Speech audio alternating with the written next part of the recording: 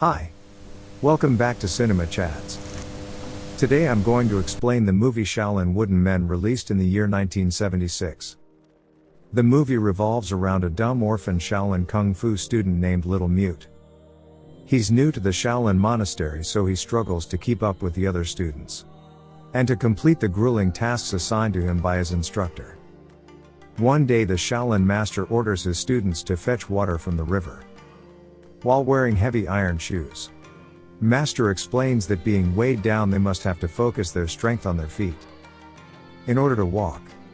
This is fundamental to the Shaolin weightless technique, which would make the disciples light as a bird and make them able to walk on rooftops and water.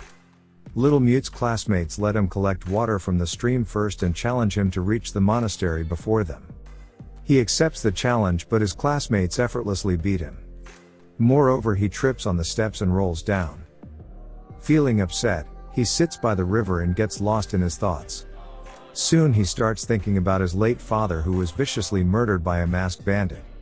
As it turns out, this is the bloody event that traumatized Little Mute into silence. Meanwhile, a nun watches Little Mute from a distance and eventually approaches him.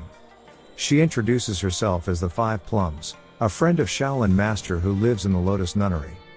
She tries to motivate him and reminds him that Shaolin Kung Fu has a long history, and it's very difficult to master.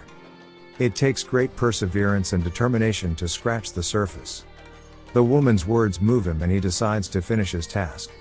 However, he still finishes last and the master scolds him. He calls him lazy and tells him to get out of the monastery. Hearing this, Little Mute falls down to his knees and apologizes to the master, pleading with him to let him stay. The master eventually agrees to let him stay and orders him to chop wood as punishment. Later, while chopping firewood, he yet again gets lost in his thoughts and pulls out a necklace that belonged to his late father. Suddenly, a drunken monk shows up and Little Mute gets back to chopping wood. The monk gives him a lecture about Shaolin before parting ways. Drunk out of his mind, he can barely walk straight. Little Mute is worried and follows him, but the drunken monk inadvertently leads him to a secret cave behind a waterfall. There he finds a man imprisoned. The imprisoned man yells at two young monks who bring him food and water every day, ordering them to bring him wine. As soon as the monks leave, Little Mute helps the man eat the food, instantly winning his trust. After finishing the meal, the man tells Little Mute to bring him wine the next time he visits him. Later that night, the monastery's best fighter, Young On, challenges Wooden Men Lane, a narrow hallway containing 36 Shaolin wooden men, which are mechanical dummies that attack anyone who enters the hallway. Turns out that whoever defeats the men are allowed to leave the Shaolin.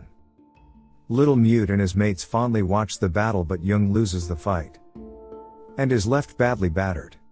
The master priest chastises him for overestimating his abilities and tells him that he will be punished after he recovers from his injuries. The next day, Little Mute saves a bun from his lunch for the prisoner. He also covertly steals the drunken monk's alcohol. Expectedly, the prisoner is delighted and asks him to bring more wine the next time. He also promises to repay him generously. When he is pleased, the man then asks him why the two monks didn't visit him today. And Little Mute reveals that Young unsuccessfully tried to fight the Wooden Men Lane, and everyone at the monastery was hooked to the battle. This makes the prisoner laugh, as he finds it amusing how a man can lose to a bunch of wooden training dummies. He claims that if it was him, he would have obliterated those training dummies. Little Mute finds it hard to believe, so the prisoner explains that he was locked because he was practicing a new ability called Lion's Roar. Once he succeeds, he'll be able to crumble any metal just by roaring. The prisoner then promises to teach Little Mute how to fight the wooden men. Once he's pleased, the following day Little Mute again tried to steal wine from the drunken monk but ends up getting caught. The monk beats him up and teaches him a lesson. He also orders him to clean the kitchen every night as punishment. Later, Little Mute spends the entire night cleaning. Impressed by his work, the drunken monk gives him a fruit and tells him that he doesn't need to clean the kitchen anymore. Following this, Little Mute heads straight to the cave and gives the prisoner his fruit. Pleased, the prisoner says that they met each other because of fate. He then asks Little Mute what he has learned during his time in the monastery. Little Mute says the master says he can't train the actual kung fu in the first 5 years. The prisoner tells him to ignore the rules of the stupid priests and finally offers to teach him kung fu.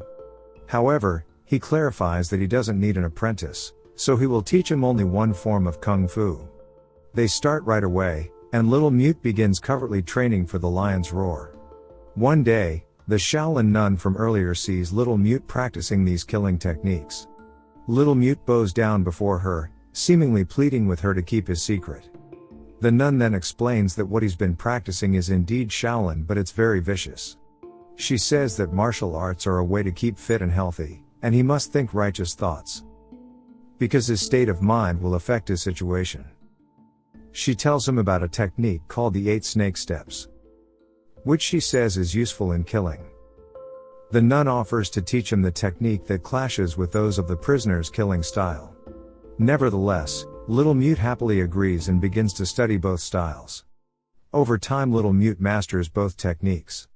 Seeing this, the prisoner becomes delighted and announces that Little Mute is finally ready to pass the test of the Shaolin Wooden Men alley and leave the Shaolin.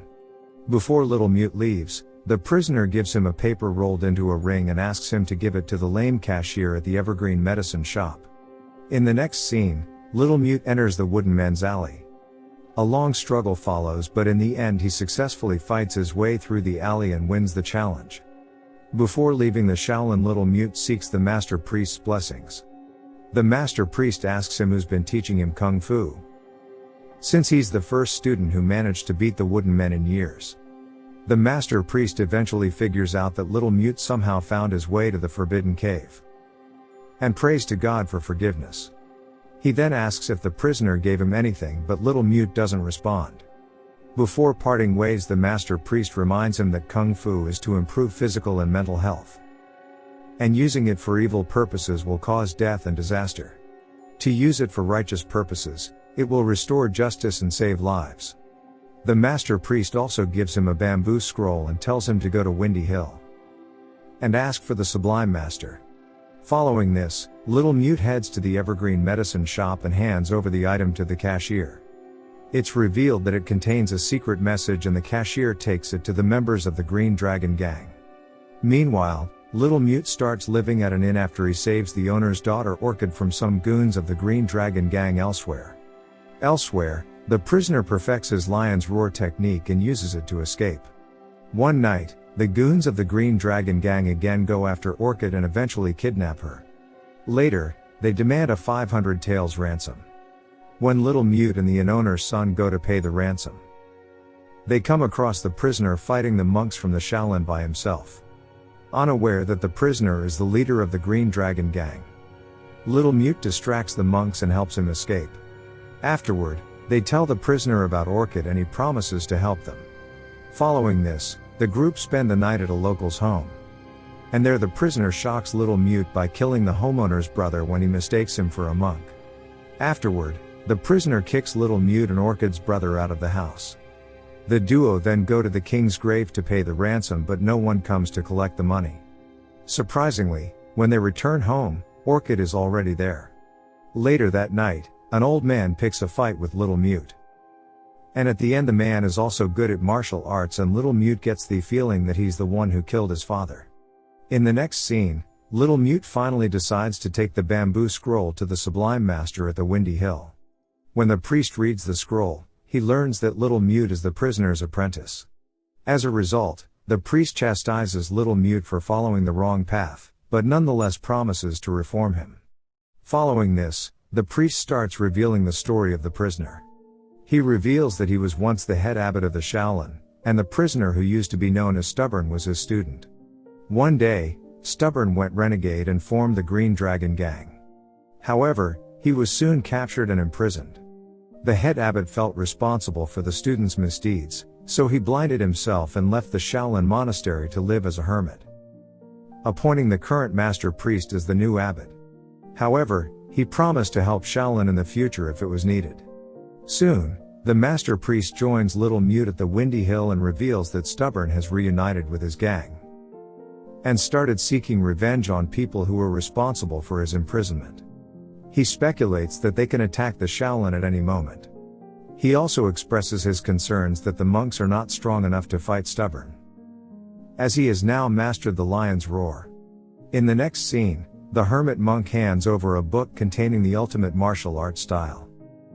And Little Mute masters this style under the guidance of the current head abbot. When the escaped prisoner comes to destroy Shaolin, Little Mute stands ready to defend it against his former instructor. It is also revealed that Stubborn is the killer of Little Mute's father. Just then, Little Mute discloses that he is not mute. But he was bound by a vow he made that prevents him from speaking until he found his father's killer. Soon, an intense fight ensues, and Little Mute counters his opponent's killing techniques since he knows all of them. He creates multiple openings but fails to exploit them due to the Shaolin nuns' teachings, which said never to kill his opponent. Despite this, he digs down deep and somehow manages to win. He offers to spare his former instructor on the condition that he returns to the Shaolin for the remainder of his life. The escaped prisoner says that he is beyond salvation but also mentions that he is happy that his student has learned so well. Just when Little Mute is distracted, Stubborn makes a final attempt to kill him. He grabs Little Mute from behind and attempts to crush his throat. But Little Mute moves out of the way. And the villain strikes his own throat, causing him to kill himself. Deprived of its leader, the goons of the Green Dragon Gang flee and abandons their plot. The movie ends as Little Mute returns to the Shaolin Monastery, where he is ordained as a monk. Subscribe for more videos like this. Turn on notifications and leave a like to help the channel out.